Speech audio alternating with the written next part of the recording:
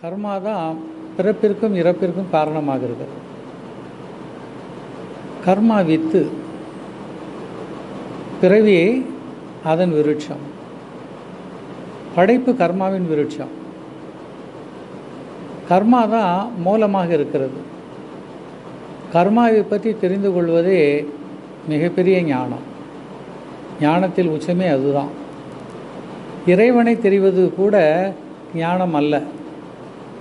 நன்றாக ஞாபகம் வைத்துக் கொள்ளுங்கள். ஏன்னா இறைவன் உங்களுக்குள்ளே தான் இருக்கிறாங்க. இறைவனை தேடி கடலை தாண்டி போகணும், மலையை தாண்டி போகணும், வானத்தை தாண்டி போகணுன்னெலாம் இல்லை. ஏன்னா எல்லா ஆன்மாவுமே இறையிடமிருந்து வந்தது தான், இறை சக்தி உடையது தான் இல்லையா? அப்போ பார்க்குறதுக்கு தேடுறதுக்கு என்ன மிச்சம் இருக்குது? ஏன்னா இந்த ஆன்மாவையே ஆட்டி படைச்சிட்டு இருக்குது இல்லையா?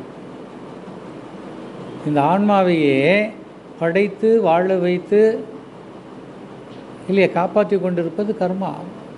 கர்மா இல்லைன்னா ஒன்றுமே இல்லை. ஆனால் கர்மாவை குறை சொல்லிக்கிட்டு இருக்கோம். குறை சொல்வதற்கும் காரணம் இல்லை. ஏன்னா நடந்த நிகழ்வுகளை, நடக்கிற நிகழ்வுகளை மாற்ற முடியாது, ஏற்றுதான் கொள்ள வேண்டும். இது ஒரு பிறவியில் வந்ததல்ல, 1000 பிறவியில் தொடர்ந்து வருவது. என்று உங்கள் பிரிவு உண்டானதோ, இறையிடம் இருந்து உங்கள் பிரிவு என்று உண்டானதோ, அன்றிலிருந்து இது ஆரம்பமாகிவிட்டது. கர்மாவின் துவக்கம், கர்மாவின் ஆளுமை. இந்த கர்ம ஆளுமை தான் உங்களை இன்று வரை நடத்தி கொண்டிருக்கிறது. நீங்கள் படக்கூடிய பாடு, நான் நல்லா தானே இருக்கிறேன், நான் யாருக்குமே தப்பு பண்ணலையே, எனக்கு ஏன் இந்த சிக்கல், நான் யார் பொருளுக்கும் ஆசைப்படலை, ஆனால் எனக்கு ஏன் இவ்வளவு சிக்கல் எல்லாம் நீங்கள் நினைக்கிறதுக்கு உண்டு. நன்றாக ஞாபகம் வைத்துக் கொள்ளுங்கள். இந்த சிந்தனைகள் எல்லாம் நாம் அறிவு பெறுவதனால் உண்டானது. அறிவு தான் இந்த சிந்தனையை நம்ம கொடுக்கிறது.